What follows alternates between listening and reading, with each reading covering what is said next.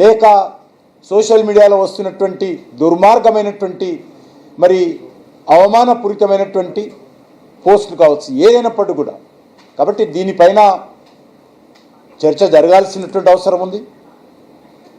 అన్ని వర్గాల ప్రజలు మేధావులందరూ ఏకం కావాల్సినటువంటి అవసరం ఉంది. దీనిపైన మనము స్వతంత్రంగా లక్ష్మణ రేఖ కూడా పెట్టుకోవాల్సినటువంటి అవసరం ఉంది. చూస్తూ ఉన్నాం, దురదృష్టవశాత్తు మన తెలుగు రాష్ట్రాలలో రాజకీయ నాయకులు వాడుతున్నటువంటి భాష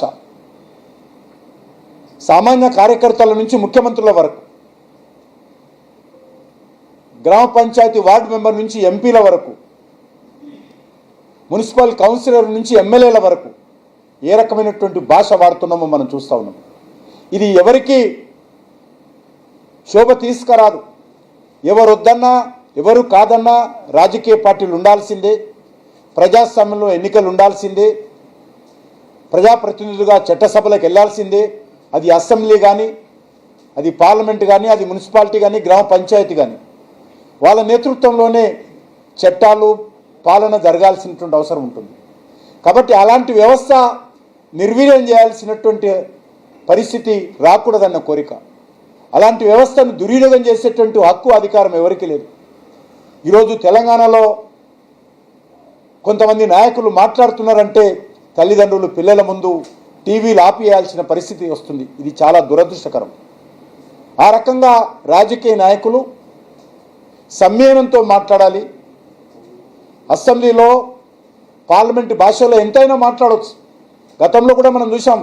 నేను విద్యార్థిగా ఉన్నప్పుడు, యూత్ వింగ్లో పనిచేస్తున్నప్పుడు, శాసనసభకి ఎప్పుడైనా మా పెద్దలతో వెళ్తున్నప్పుడు ప్రతిపక్ష నాయకులు పాలక పార్టీ నాయకులను తేడా లేకుండా శాసనసభ నుంచి బయటికి రాగానే ఎంతో ఆప్యాయత మాట్లాడుకునేటువంటి వాళ్ళు.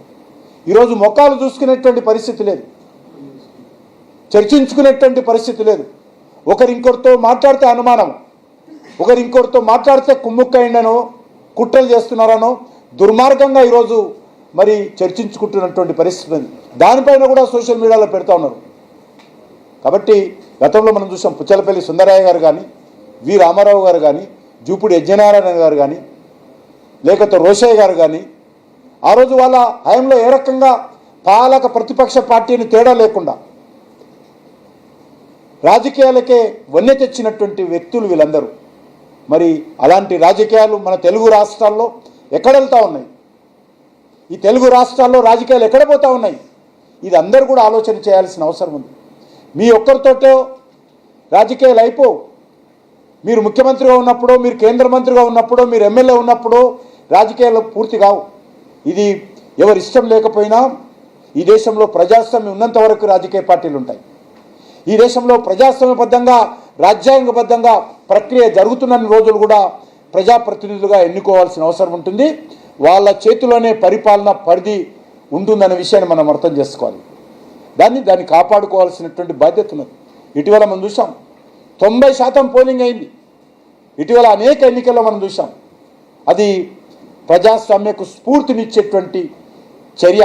ప్రజల్లో ఇప్పటికీ ప్రజాస్వామ్యమన్నా రాజకీయ పార్టీలన్నా విశ్వాసం ఉంటేనే తప్ప వాళ్ళు పోలింగ్ బూత్కు వచ్చి ఓటేయలేదు. ఉన్నది కాబట్టి వాళ్ళందరూ ఓటేశారు. అటువంటి వ్యవస్థను 10 కాలాల పాటు భావి తరాల కోసం కాపాడుకోవాల్సినటువంటి బాధ్యత అందరిపైన ఉన్నదనే విషయాన్ని ఈ సందర్భంగా మనవి చేస్తా ఉన్నాను.